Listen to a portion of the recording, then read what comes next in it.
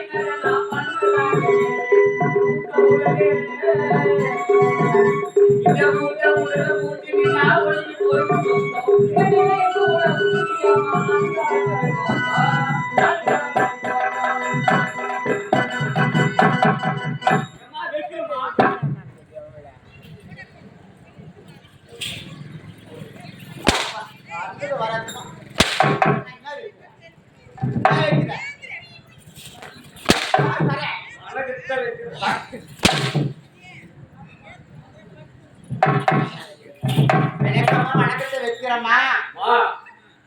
வந்துடுங்கம்மா. வந்துடுங்க. எப்படி அந்த பாயிண்ட் இருக்குமா? வானொலி புட்டி. வானொலி புட்டி. சரிம்மா. என்ன சரிம்மா? வானொலி வானொலி புட்டி.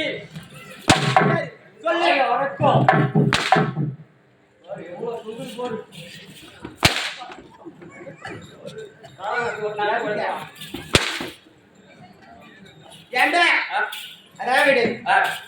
என்னதான் இருந்தாலும் நான் அடிச்சாலும் வலிச்சாலும் என்னுடைய ஆசை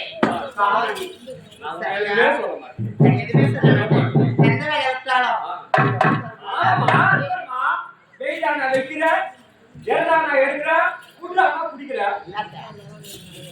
அப்பா நினைக்கிறேம்மா வெயிலான எடுத்து போய் தாவை எடுத்து வச்சு உடனே குட்டா சொன்னா பழு குச்சி தூக்குறேன்.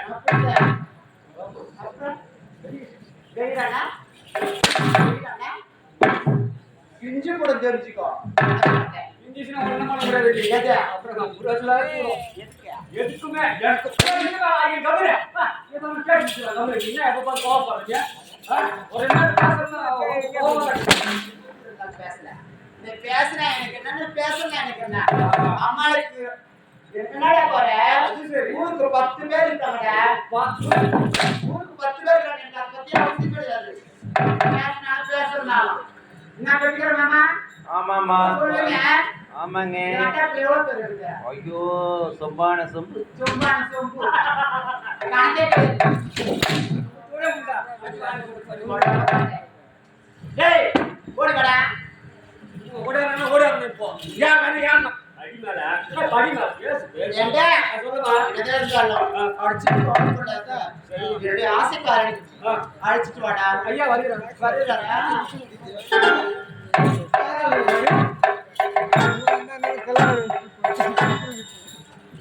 என்னங்க என்னங்க உங்களுடைய முகமே ஆடி இருக்கு என்னங்க காரணம் வரும்பொழுது ஆடல் பாடலும் அமக்கலமா ஒரு காய்ச்சலுன்னு என்னங்க அமைதியா வந்து நிற்கிறீங்க எப்படி சொல்வேன் என்னவென்று சொல்வேன் வேதனைப்படுகின்றேன் வெட்கப்படுகின்றேன் எதுக்குங்க அந்த ராஜ சபையிலே அரண்மனையிலே அந்த இளவரசன் ஒரு கேள்வி கேட்டாரு காலாவின் வேலையை கையாற்றிய வேலைக்காரன் நான் என்று ஓய்த்து வைத்தார் அந்த இளவரசி கொலை நாட்டிற்கு கிளைக்கு வந்தவன் உனக்கு ஒரு இளவரசரை காவல்துறையை கொடுத்தேன் கேவலமாக பேசிவிட்டார் இந்த வேங்கையிலும் விளையாடு கெட்டது ஒரு செங்கஞ்சிரை சுண்டலி விடலாமலே விடக்கூடாது எனக்கு ஒரு அவமானம் இருந்தாலும் உனக்கும் தானே என்னங்க ஒரு காதலுக்கு அவமானம் எனக்கு தான் அவமானம் என்னங்க உங்களுக்கு ஒரு அவமானம் எனக்கு தான் அந்த அவமானம் என்னங்க இப்ப பண்ணணும் எந்த விஜயபுரி நாட்டிலே